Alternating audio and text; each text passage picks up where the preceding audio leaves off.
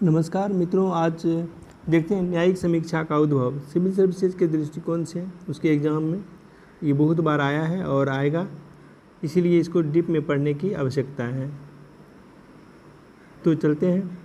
कानून की व्याख्या करने वाली एक स्वतंत्र न्यायपालिका के विचार का उद्भव सबसे पहले इंग्लैंड में हुआ था।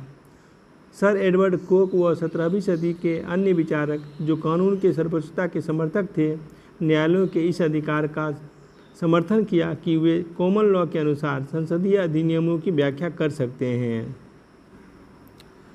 एडवर्ड कोक और राजा जेम्स के साथ संघर्ष कोक के इसी विश्वास पर आधारित था कि इंग्लैंड के न्यायालयों को यह निर्णय देने का अधिकार है कि संसद का कोई कानून वैधानिक है अथवा नहीं।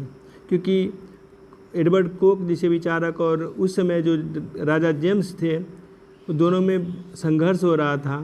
जहाँ के राजा जेम्स वो अपने कानूनों पर अड़े थे कि मेरा कानून जो है वही लागू होगा और उस पर कोई भी जांच करने का अधिकार नहीं रखता है। लेकिन एडवर्ड कोक जैसे विचारक थे जो कि न्यायालयों की स्वतंत्रता पर विश्वास करते थे और वो कहते थे कि न्यायालयों को यह निर्णय देने का अधिकार है कि संसद का कोई कानून वैधानिक है अथवा नहीं।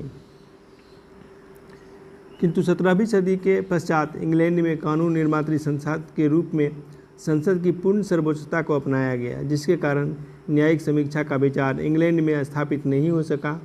इंग्लैंड में संवैधानिक चरित्र और परंपराओं की जड़ें इतनी गहरी हो गई कि न्यायिक समीक्षा की कमी महसूस नहीं हुई।